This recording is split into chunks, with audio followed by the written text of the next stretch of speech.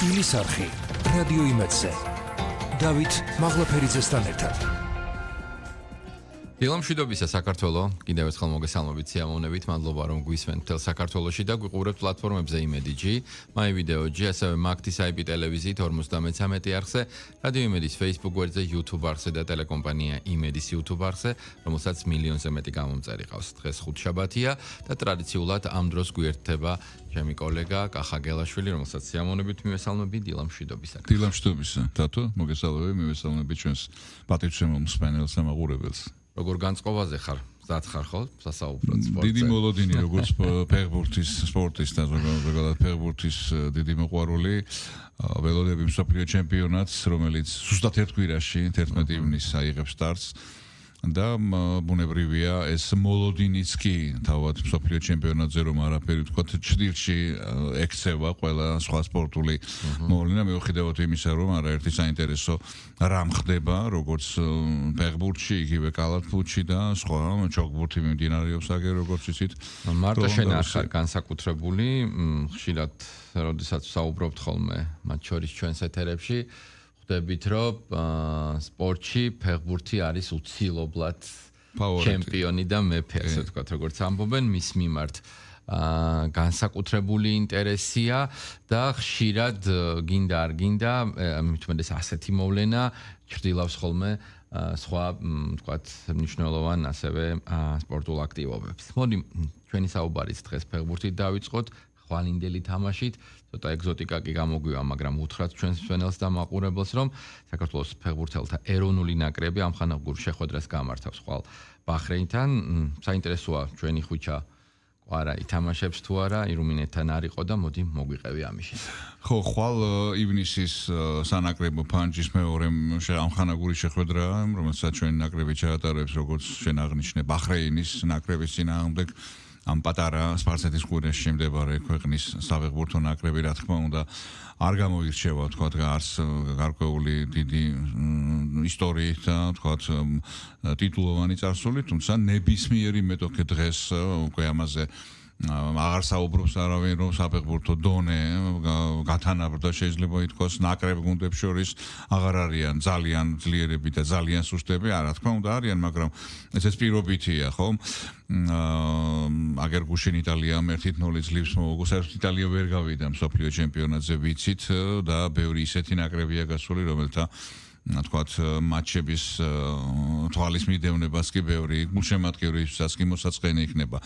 ასე რომ ნებისმიერ ასე ვთქვათ მეტოქეს ბუნებრივია ყურადღება ექცევა და დაფასება აუცილებელია წინა 3 დღის წინანდელი მეტოქე ჩვენი რუმინეთის ნაკრები იყო გაცილებით ძლიერი და ასევე დიდი ტრადიციების მქონე ქვეყანა ქვეყნის ნაკრები ერთ-ერთი დავასრულეთ შეხვედრა გეორგე ჰაჯიმ ჩამოიყვანა კარპატების მარადონად წოდებულმა ლეგენდარულმა ფეხბურთელმა სწორედ იგია ახლა რუმინეთის ნაკრების მთავარი მწვრთნელი ერთ-ერთი დასრულდა ძალიან ისეთი უარყოფითი შედეგი გვაქვს ურთიერთ შეხვედრებში რუმინეთთან როგორც ვიცით და გვინდოდა რომ მართალია ამხანაგური მატჩია სატონირო თვალსაზრისით ქულების მხრივ ამას არ ექცევა ყურადღება, თუმცა ნებისმიერი ამხანაგური მატჩიც FIFA-ს და UEFA-ს რეიტინგზე ზეგავლენას ახდენს ნაკრების პოზიციაზე ამ რეიტინგში. ერთ-ერთი დასრულდა ეს შეხვედრა, თუმცა არ უთამაშია ჩვენი ნაკრების რამდენიმე ლიდერს, მიხაუტაძე არ იყო, ყვარაცხელი არ იყო. იგივე დავითაშვილი არ იყო, თუმცა ეს ფეხბურთელები ხვიჩამ დაიწყო ვარჯიში, ხვიჩაზე მკითხე, ნაკრებთან ერთად ივარჯიშა, ის უკვე თბილისში იყო, თუმცა ჩემპიონთა ლიგის ფინალური შეხვედრის შემდეგ გარკვეული რამდენიმე დღე დაასვენეს ჩვენი ნაკრების სამწვრთნელო შტაბის ხელმძღვანელებმა ვილის ანიოლის თაოსნობით, თუმცა ხვიჩა როგორც ვიცი თანახმა იყო რომ ეთამაშა, მიიღო მონაწილეობა რუმინეთთან მატჩშიც. ასე რომ ხვიჩა იქნება ხვალინდელ შეხვედრაში მოედანზე, რაც შეეხება გიორგი ჩაკვეტაძე, ჩვენი ნაკრების კიდევ ერთ ლიდერს, გიორგიმ ტრავმა მიიღო, როგორც ვიცით, რუმინეთთან შეხვედრის პირველი ტაიმის ბოლო წუთზე და ჩაკვეტაძე გამოაკლდა ხვალ გიორგი არ იქნება.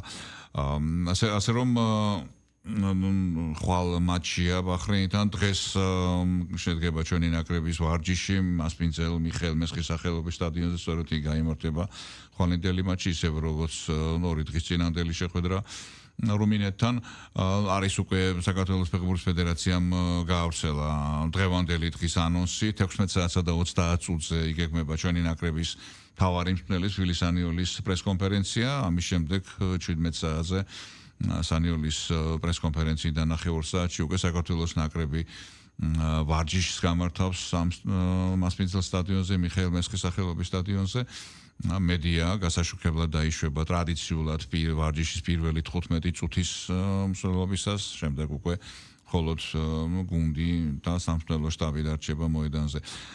შემდეგ უკვე 18 საათსა და 30 წუთზე ბაჰრეინის ნაკრების მსმენელის პრესკონფერენცია და 19 საათზე ბაჰრეინის ნაკრები დაიწყებს ვარჯიშს. ასე რომ ეს მოკლე მონახაზი ჩვენი ნაკრების ხვალინდელი მატჩის წინა დღეს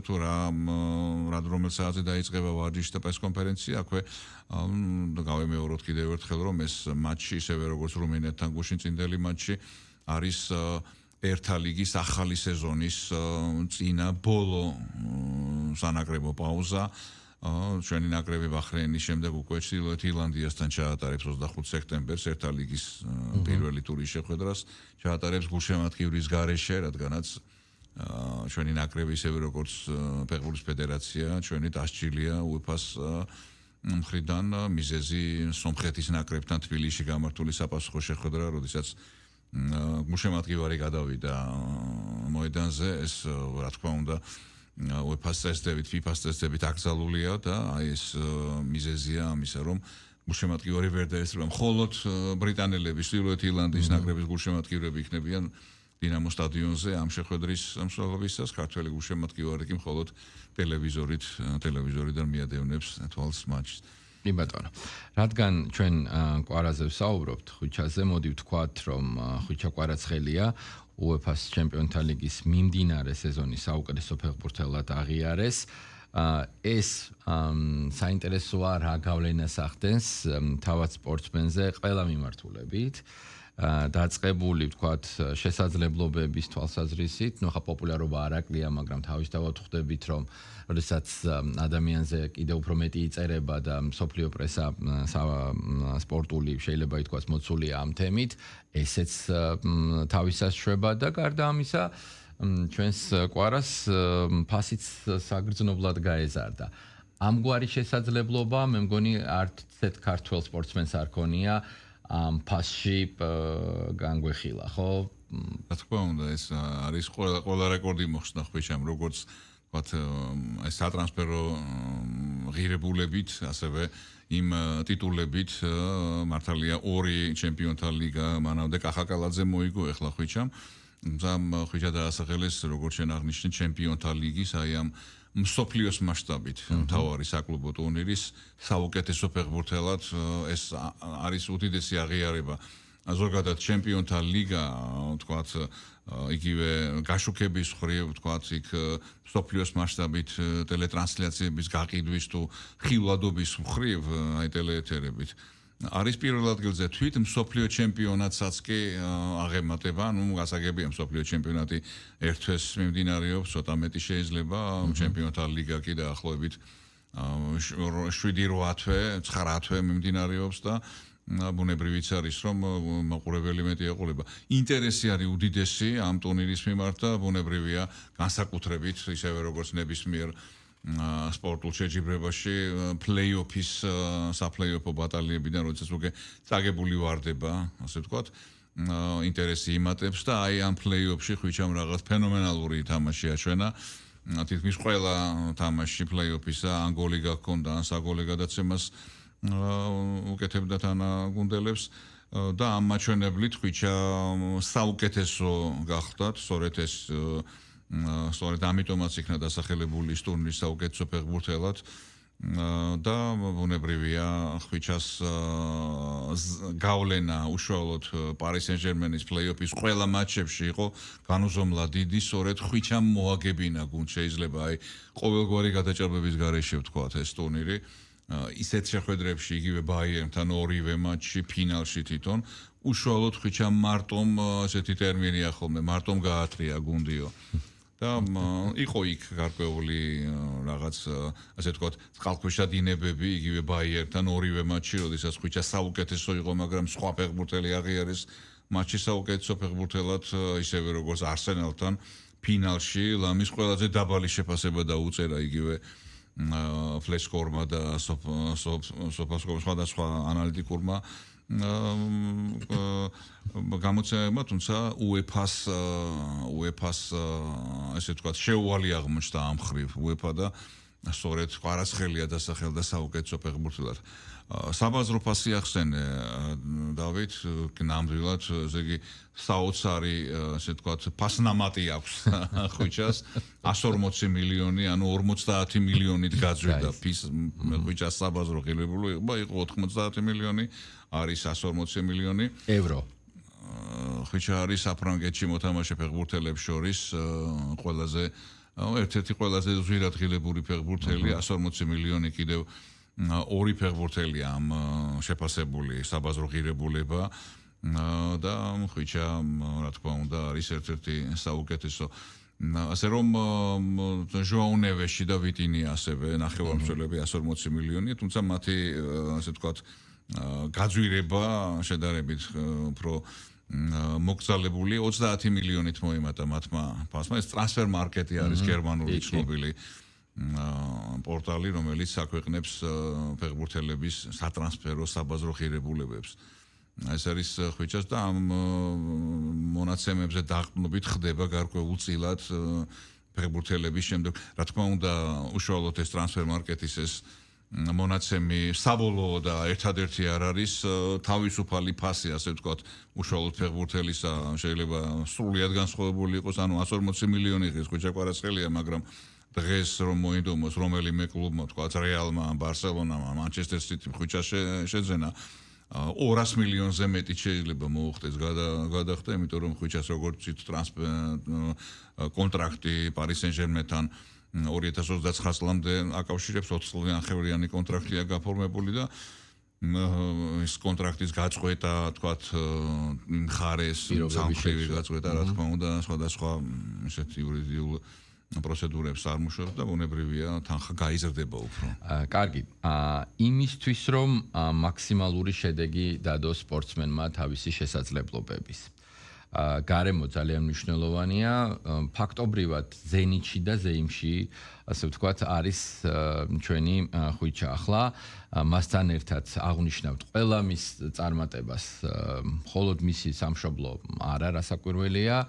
არანაკლებ დაფასებულია, რა ვიცი, მგონი ყველგან იცნობენ, უკვე მის სახელს, ხალხი შვილებს არქმევს ყვარას და ეს ძალიან ხომ მნიშვნელოვანი მოვლენაა, მაგრამ ნახე, რა მაინტერესებს რომ განვითარდეს, რომ წავიდეს წინ, თავისი მაქსიმალური შედეგი დადოს და ის პოპულარობა, რომელიც დღეს აქვს დროში შეინარჩუნოს. ამისთვის რა არის საჭირო? იყო იქ, სადაც კიდევ უფრო მეტად დაგაფასებენ, მაშინ რა არის ეს კიდევ უფრო უკეთესი? ანუ მისი მასშტაბისთვის, მისი შესაძლებლობისთვის, შემდეგი ნაბიჯი რა შეიძლება იყოს? ზოგადად სპორტსმენის და არა მარტო სპორტსმენის ნებისმიერ სფეროზე შეიძლება ვთქვათ, როდესაც არის ადამიანი წარმატების ზენიტში, წარმატებულია ძალიან და თავის და მასე დაკისრებულ საქმეს პირნათლად და უმაღლეს დონეზე ასრულებს, ჩნდება ხო გარკვეულწილად ადამიანია ის და ვთქვათ, აი ყველაფერი აქვს, ყველაფერი მოიპოვა, ისი მოპოვებაც შეიძლებოდა და გარკვეულწილად შეიძლება ის мотивация და თქვათ ინტერესი ოდნავ დაიკლებს. აი რაც უფრო დიდხანს იქნება სპორტსმენი ამ შემთხვევაში ხვიჩაზე ვსაუბრობთ ზენიტში და ოპტიმალურ ფორმაში და იქნება საუკეთესო, ბუნებრივია ეს მის ასე ვთქვათ მისი კარიერის პიკს უფრო ხანგრძლივს გახდის. ხო, მაგრამ ეს მარტივი ხომ არ არის, როდესაც ასეთი კონკურენციაა, როდესაც ამსეთი შესაძლებლობებია, ფაქტობრივად ჩვენ ხედავთ სპორტსმენებს, რომელსაც არაფერი არ აკლიათ, მაგრამ არის ერთეულები, რომლებიც, გამახსოვრებენ თავს და მართლა ვარსკვლავები ხდებიან. ხვიჩას ყველაფერი აქვს ამისოთ. როგორ უნდა შეძლოს მან დროში მოიგოს, ასე ვთქვათ, და რაც შეიძლება მაქსიმალურად გაწელოს და გაჭიმოს ეს თავისი დიდებულება. პირველ რიგში თავად ხვიჩაზეა დამოკიდებული, მასა აქვს ნიჭი, ასე ვთქვათ, ღვთითმომადლებული ნიჭი, რომელიც მარტო მხოლოდ ვარჯიშით და მხოლოდ მონდომებით არ მოიპოვება, ეს ბუნებრივი მონაცემია. რა თქმა უნდა, ესეც რომ ის თავდაუზოგავად შრომობს, ჯერ პატარა ბიჭობიდან ვიცით ხომ, როდესაც ის ჯერ ლოკომოტივში იყო, შემდეგ რუსულ კლუბებში, ყაზანის რუბინში ცხოვრობდა ბაზაზე, როდესაც თავისუფლად შეეძლო, თქვათ, ქალაქის ცენტრში ეცხოვრა და ამ ქვეყნიური სიამოვნება არ მოეკლო არც ერთი, მაგრამ ცხოვრობდა ბაზაზე, მარტო ღამღამობით ვარჯიშობდა ხოლმე, როდესაც არავინ არ იყო ქალაქიდან მოშორებული და დაახლოებით იგივე პირობებში უწევდა ცხოვრება, თქვათ, იგივე გაუმჯობესებული, რა თქმა უნდა, ნაპოლის, თუმცა ის თავდაუზოგავი შრომა და აი ეს მიზნისკენ სწრაფვა ხვიჩას არტოვებდა არც ერთი წუთიც, ახლაც ასეა, როგორც რო გადავხედოთ ახლა იგივე თანაგუნდელების ნააზრებს ხვიჩაზე მწვრთნელების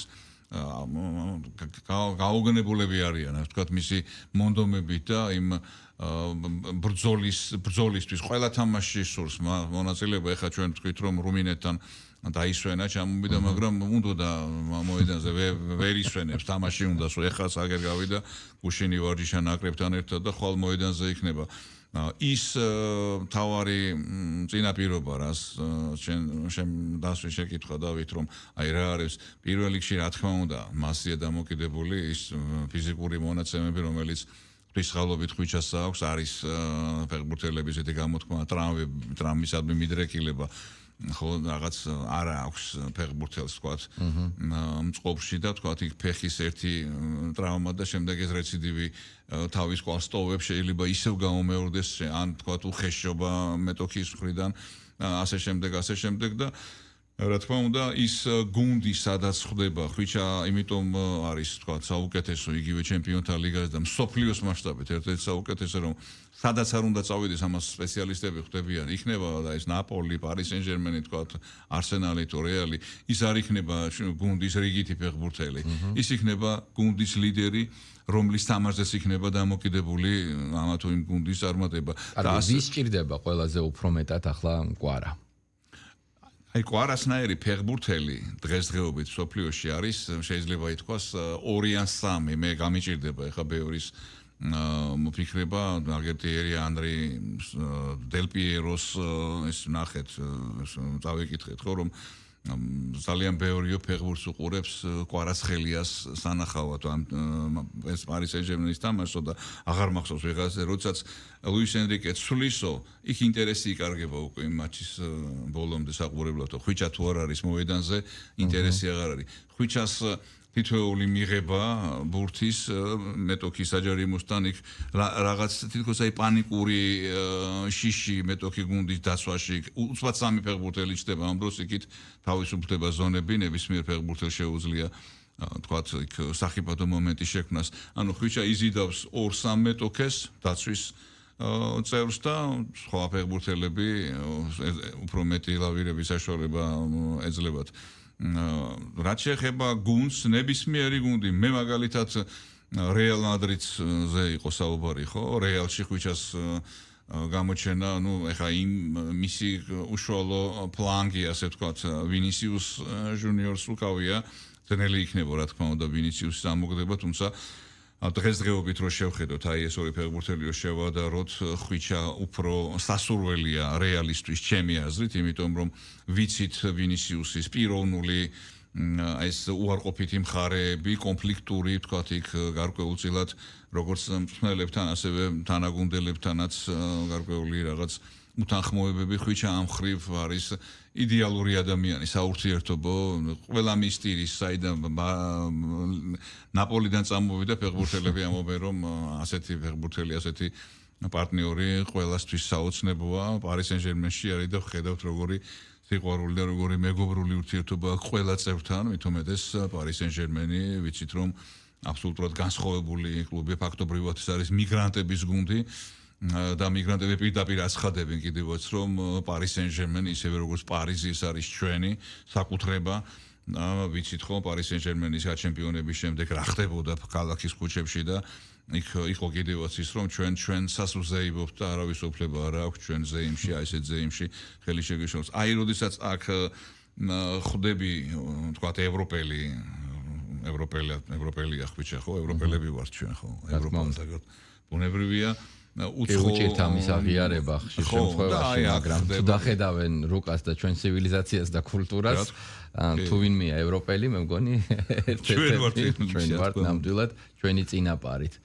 რაც შეეხება ეს შენი შეკითხვა, რომ ბოლომდე დავასრულო, ფიქრობ აი ესეთი ჩემპიონატი ესპანეთის, ოღონდ რა თქმა უნდა, რეალი ან ბარსელონა, ინგლისი, მანჩესტერ სიტი, თქვათ ლივერპულზე ცოტა გულგატეხილი ვარ მამარდაშვილის გამო, იგივე არსენალიც შეიძლება ბრწყინვალე გუნდი დააყენა მიკელ არტეტამ, მაგრამ ის არსენალი რაც ჩვენ გვახსოვს არსენ ვენგერის დროიდან, ანრი ვიერა და ბერგკამპი თუნდაც იგივე და ის შემადგენლობა ის ფეხბურთის სხვა იყო და უფრო მეტი გულშემატკივარი მაშინ მე დარწმუნებული ვარ რომ ხუჩა არაერთ წარმატებას მიაღწევს და ჩვენ არ დავიღლებით მასე საუბრით თქვათ და ვუთხრათ ჩვენს მსმენელს რომ ხვალ ამ ფორმატში კიდევ მოგვეცემა შესაძლებლობა ოღონდ ოდნავ განსხვავებული იქნება ჩვენ გეგმავთ რომ სტუმარიც ყავდეს გადაცემაში მანამდე კი დღეს ხუთშაბათი დღეა 4 ივნისი ვიდრე დაგემშვიდობებით მე ვისარგებლებ შემთხვევით არ მქონდა ამის საშუალება გეტყვით რომ 1 ივნისი იყო ზუსტად კახას დაბადების დღე და ვისარგებლებ შემთხვევით და მიულოცავ მას პირდაპირ ეთერში უკვე გამლილ დაბადების დღეს მინდა ჯანმრთელად იყო და არ მოაკლო ჩვენს მსმენელს და მაყურებელს შენი არაჩვეულებრივი შესაძლებლობა ენციკლოპედიური ცოდნა ამ შენი საქმის და პროფესიის მიმართ სიყვარული რომელსაც ამდენი წელია უკვე თითქმის მეოთხედი საუკუნე არის ჩვენი მსმენელი გრძნობს. მადლობა ყურადღებისთვის. ძალიან დიდი მადლობა დავით ასეთი თბილი სიტყვებისთვის. აი ამისთვის ასეთი შექებისთვის ღირს მხოლოდ რა თქმა უნდა თუნდაც სხვა რომ არაფერი მუშაობა კოლეგიალობა და ის საქმე რასაც ერთად ვაკეთებთ და ასეთი სიტყვებისთვის უღრმესი მადლობა. მოკლედ კახა დაგიბრუნდებათ უკვე 11-იანი, 2-იანი და 5-იანი საინფორმაციო შემდეგ. მე მადლობას გადაგიხდით ყურადღებით და დროებით დაგემშვიდობებით.